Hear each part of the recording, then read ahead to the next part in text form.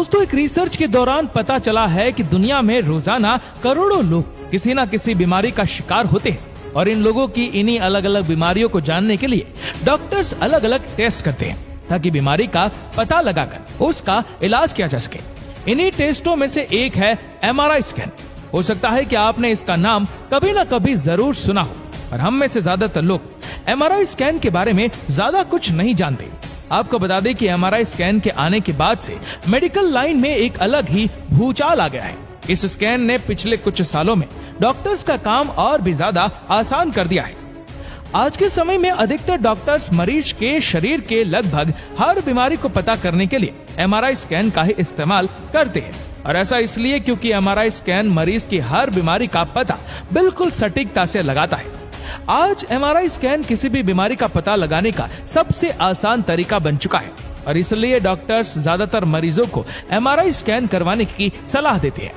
ऐसे में आपके मन में कभी ना कभी ये सवाल तो आया ही होगा कि आखिर ये MRI स्कैन होता क्या है और इसे कैसे किया जाता है, या फिर क्या इसे करवाने से कोई नुकसान भी होता है। इन सभी सवालों के जवाब जानने के लिए इस वीडियो को अंत तक जरूर देखें।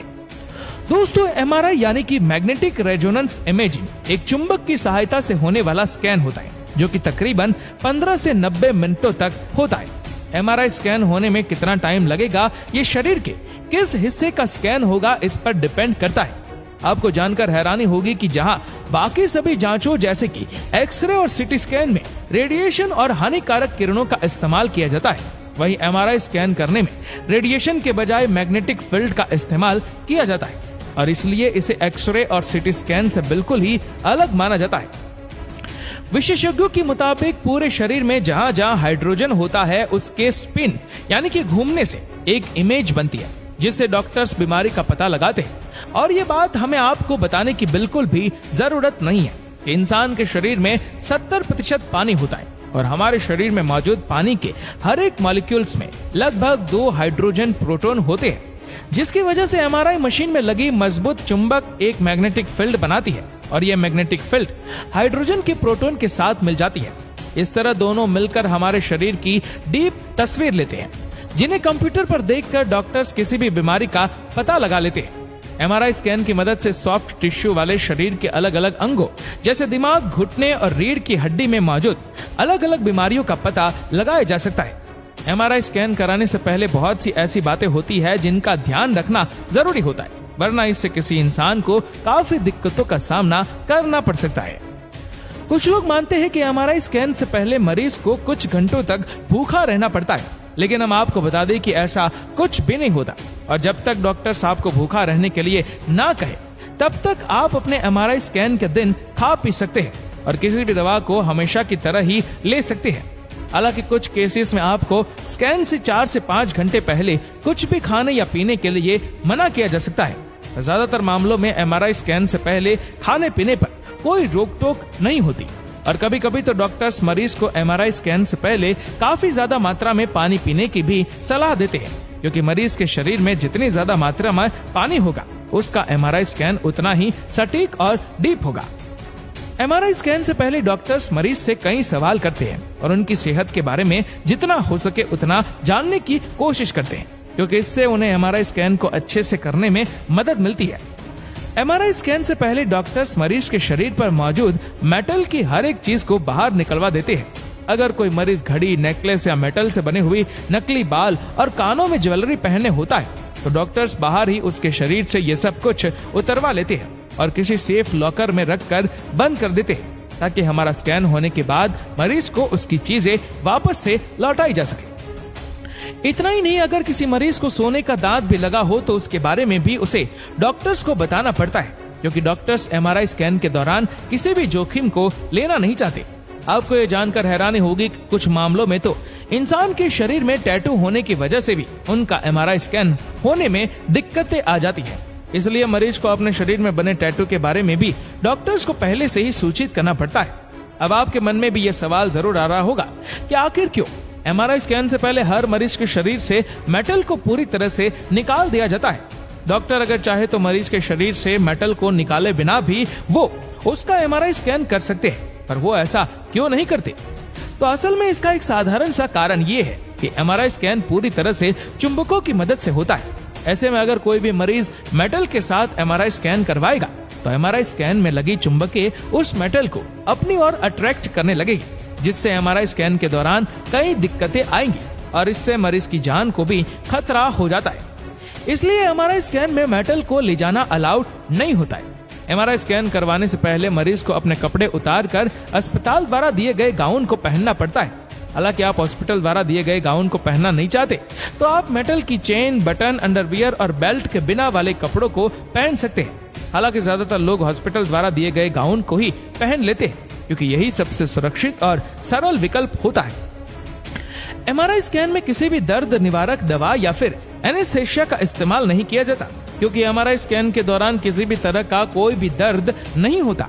हालांकि कुछ लोगों को बंद जगहों पर डर लगता है और एमआरआई स्कैन मशीन भी एक बंद जगह ही होती है, तो ऐसे लोगों को जो बंद जगहों से डरते हैं उन्हें डॉक्टर्स को इस बारे में पहले से ही बताना होता है, जिसके बाद डॉक्टर्स उन्हें हल्की सी शांति की दवा दे देते हैं, जिससे उन्हें एमआरआई स्कैन के दौरान डर का एहसास नहीं होता और उनका एमआरआई स्कैन शांति से हो जाता है।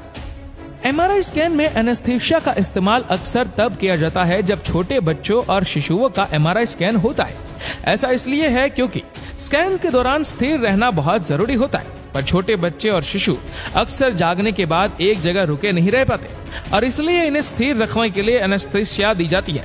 कुछ एमआरआई स्कैन में मरीज को कॉन्ट्रास्ट डाई का इंजेक्शन भी दिया जाता है क्योंकि इसकी मदद से एमआरआई स्कैन में आने वाली तस्वीरें और भी ज्यादा साफ हो जाती है। यहाँ हम आपको एक महत्वपूर्ण बात बता दें कि अगर किसी मरीज को किडनी की गंभीर बीमारी हो तो उसे इस बीमारी के बारे में एमआरआई स्कैन से पहले डॉक्टर्स को बताना जरूरी होता है, जिसके बाद डॉक्टर्स ये पता करते हैं कि मरीज की किडनी कितनी अच्छी तरीके से काम कर रही है। अगर उसकी किडनी अच्छे से काम नहीं कर रही है तो उसका इलाज नहीं हो सकता। अब आपको ये तो पता चल चुका है कि एमआरआई स्कैन से पहले क्या होता है, और अभी भी एक सवाल है जो आपके मन में आ रहा होगा कि आखिर एमआरआई स्कैन होता कैसे है। दोस्तों, एमआरआई स्कैनर एक छोटा सा सिलेंडर होता है जो कि दोनों सिरों पर खुला होता है। एमआरआई स्कैन के दौरान मरीज को इस मोटर से चलने वाले बिस्तर पर लिटाया जाता है और फिर इस बिस्तर को सिलेंडर में रख दिया जाता है, जिसमें मैग्नेटिक फील्ड के द्वारा मरीज का स्कैन होता है। मरीज के शरीर के किस हिस्से को एमआरआई स्कैनर के अंदर पहले ले जाया जाएगा, ये इस पर डिपेंड करता है कि शरीर के किस अंग का एमआरआई स्कैन किया जाएगा। इसके बाद एमआरआई स्कैनर मरीज का स्कैन करना शुरू कर देता है और तकरीबन 15 से लेकर 90 मिनट के अंदर मरीज का एमआरआई स्कैन हो जाता है। एमआरआई स्कैनर को ऑपरेट करने के लिए कंप्यूटर का इस्तेमाल किया जाता है, जिसमें एमआरआई स्कैन की हर छोटी से छोटी डीप इंफॉर्मेशन दिखाई देती है, जिसे देखकर ही डॉक्टर्स मरीज की बीमारी का पता लगाते हैं। कंप्यूटर में एमआरआई की तस्वीर को धुंधला होने से बचाने के लिए बहुत इंपॉर्टेंट है कि मरीज अपने शरीर के स्कैन होने वाले अंग को तब तक स्थिर रखे जब तक कि रेडियोग्राफर आपको आराम करने के लिए ना कह दे, और इस तरह किसी भी मरीज का एमआरआई स्कैन पूरा होता है। लेकिन कुछ लोगों का मानना है कि एमआरआई स्कैन से किसी की जान भी जा सकती है, तो आपको बता दें कि ये सच है। जी हाँ, शरीर की जांच के लिए बनी ये मशीन कई बार खतरनाक और जानलेवा भी साबित हो सकती है।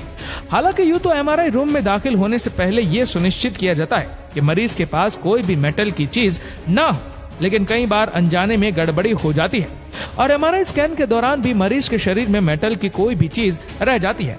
अगर एमआरआई स्कैन के दौरान मरीज के शरीर में कोई स्क्रू, शार्पनेल या कारतूस के हिस्से भी है तो ये मरीज के लिए खतरनाक साबित हो सकता है, क्योंकि एमआरआई स्कैन के बीच में मेटल के इन टुकड़ों को मैग्नेट बेहद तेज गति से अपनी ओर खींचेंगे, जिससे मरीज के शरीर को गंभीर चोट पहुंच सकती है।